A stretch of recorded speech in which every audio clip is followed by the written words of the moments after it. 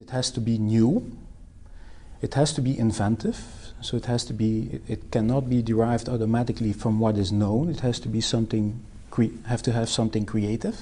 Things that are 100% derived from nature are not patentable. So something that has not received the touch of man, if you will, those things are not going to be patentable. We strictly look at novelty. Is it novel? And if it's novel, if we decide, then the second criteria is the science. If we decide that it's good science, usually we go ahead with patenting.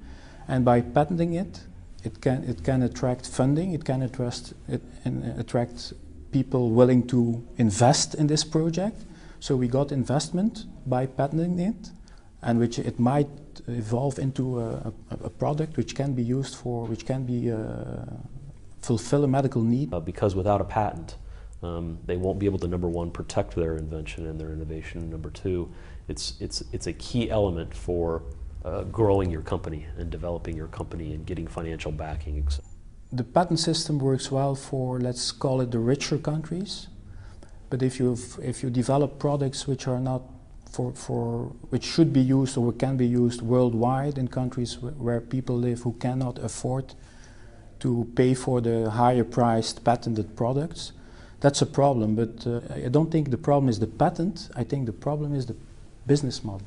There are still scientists who, for sometimes political, philosophical reasons, believe that patents are money and money is bad and money is depriving poor countries from having access to medicine. So there are some reasons why they don't come to us. Certainly speaking for the pharmaceutical industry, patents have been for many years the lifeblood of the pharmaceutical industry in terms of new R&D, new development and innovation. I don't see that trend decreasing at all.